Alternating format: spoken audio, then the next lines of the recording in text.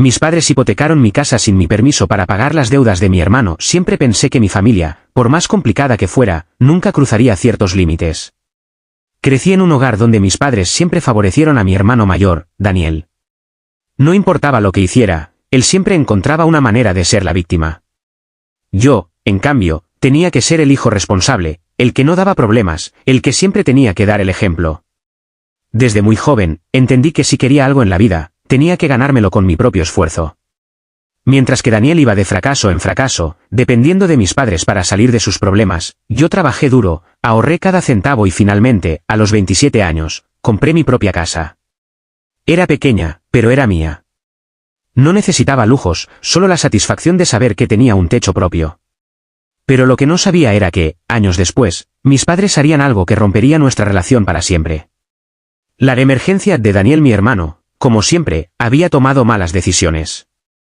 Se metió en negocios turbios, pidió préstamos que no podía pagar y acumuló una deuda gigantesca con prestamistas.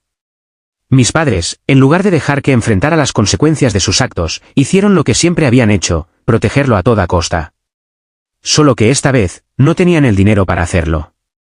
Cuando un día fui al banco a revisar mi cuenta, me encontré con algo que me dejó helado. Había una hipoteca sobre mi casa. Al principio pensé que era un error, porque yo nunca la había solicitado. Pero cuando pedí detalles, descubrí la verdad: mis padres la habían puesto a mi nombre sin mi permiso. No podía creerlo. ¿Cómo era posible? ¿Cómo lograron hacerlo sin mi firma? Ahí fue cuando me di cuenta de que habían falsificado mi firma en los documentos. No solo me habían traicionado, sino que habían cometido un delito en mi contra. Corrí a su casa, todavía con la esperanza de que hubiera una explicación, algo que hiciera que todo tuviera sentido. Pero cuando los confronté, su reacción fue lo que más me dolió. Hijo, entiéndelo, tu hermano estaba en peligro. No podíamos dejar que lo lastimaran. Tienes una buena vida, puedes pagarlo después. Sus palabras me dejaron sin habla. No estaban arrepentidos. Ni siquiera se daban cuenta de lo que habían hecho.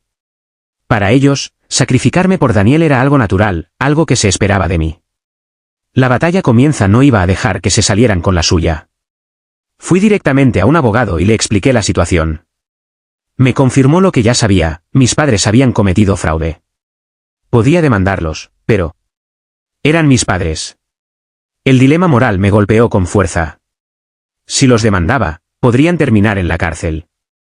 Si no lo hacía, me quedaría con una deuda enorme por algo que no hice. Intenté hablar con ellos una vez más, esperando que entendieran la gravedad del asunto. Pero en lugar de arrepentirse, se pusieron a la defensiva. ¿Cómo puedes pensar en demandarnos? Somos tu familia. ¿Prefieres vernos en la cárcel antes que ayudar a tu hermano? Eres un mal hijo. Esa última frase fue la gota que derramó el vaso. Yo era el mal hijo. No Daniel, el irresponsable que había causado todo este desastre. No ellos, los que me habían robado. Yo. En ese momento, supe que no había vuelta atrás. La traición se profundiza apenas pasaron unos días desde que les dije que tomaría acciones legales, cuando empecé a notar algo extraño. Mis tíos, primos y demás familiares dejaron de hablarme. De repente, yo era el villano de la historia. Me enteré de que mis padres y Daniel estaban diciendo que yo quería dejarlos en la calle, que me importaba más el dinero que la familia. Habían convertido la historia en una en la que ellos eran las víctimas y yo el monstruo que los perseguía. Mis propios familiares comenzaron a llamarme, pidiéndome que desistiera. Son tus padres, al final del día, ellos te dieron la vida. Si los demandas, la familia nunca te lo perdonará. Tienes trabajo, puedes pagar la deuda, ¿por qué ser tan rencoroso? Cada una de esas palabras me daba más rabia. Nadie mencionaba que ellos me habían robado. Nadie hablaba del fraude, solo de mi supuesto egoísmo por querer justicia.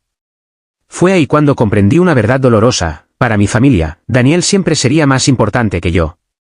La última jugada de Daniel, como si no fuera suficiente todo lo que había pasado, Daniel hizo algo que me dejó sin palabras. Intentó vender mi casa. Sí, así como lo lees. A través de un contacto suyo, intentó vender la propiedad sin que yo lo supiera.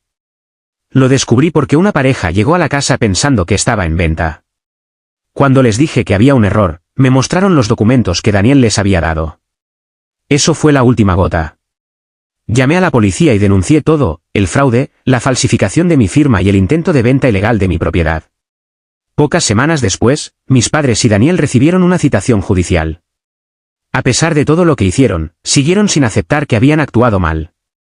El juicio fue un proceso largo, lleno de lágrimas y acusaciones de parte de mi familia. Mis padres intentaron justificarse, diciendo que todo lo hicieron por amor a su hijo, como si eso justificara destruir la vida de otro hijo. Daniel, por su parte, ni siquiera mostraba arrepentimiento. Solo estaba molesto porque se había metido en problemas. Al final, el juez falló a mi favor. Mis padres fueron obligados a pagar una multa por fraude. Daniel fue demandado por intento de fraude inmobiliario. Recuperé mi casa y aseguré que jamás pudieran tocarla de nuevo.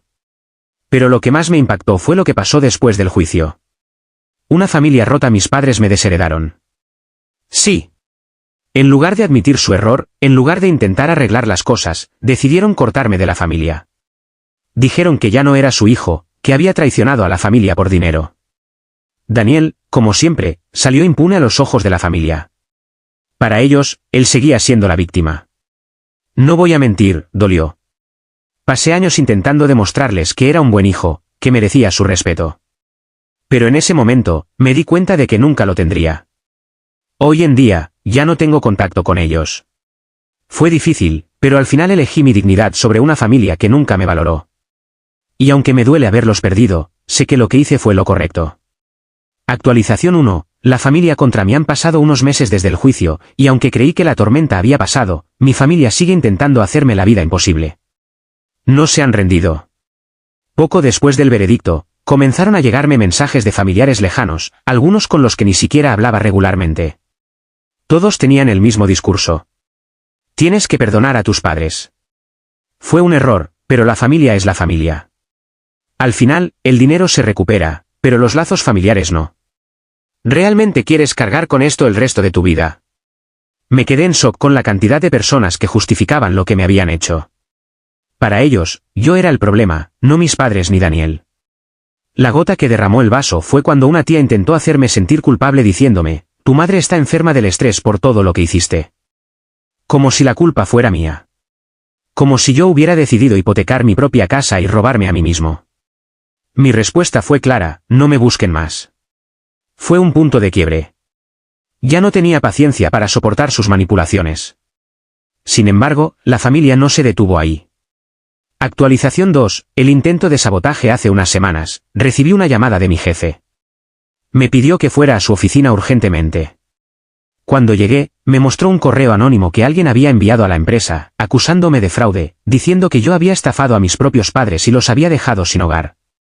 El correo detallaba cosas absurdas, como que había manipulado documentos para robarles dinero, que había usado a un abogado corrupto para ganar el juicio y que mis padres estaban viviendo en la calle por mi culpa. Quedé en shock. Afortunadamente, mi jefe sabía toda la historia y no creyó una palabra de eso. Pero el simple hecho de que mi familia intentara arruinar mi trabajo, mi estabilidad, solo porque no pudieron manipularme, me dejó claro que ya no tenían límites. Intenté averiguar quién lo había enviado. No fue difícil. Mi madre había usado su cuenta de correo. Ni siquiera se molestó en ocultarlo bien. Ese día, tomé una decisión definitiva, bloqueé a toda mi familia. No quería saber más de ellos. Actualización 3. El regreso de Daniel. Pensé que después de bloquear a todos, la pesadilla había terminado. Pero no. Hace 2 días, alguien tocó la puerta de mi casa. Cuando abrí, ahí estaba Daniel. Se veía demacrado, con el cabello descuidado y la ropa hecha un desastre. Por primera vez, no tenía esa actitud arrogante que siempre lo había caracterizado.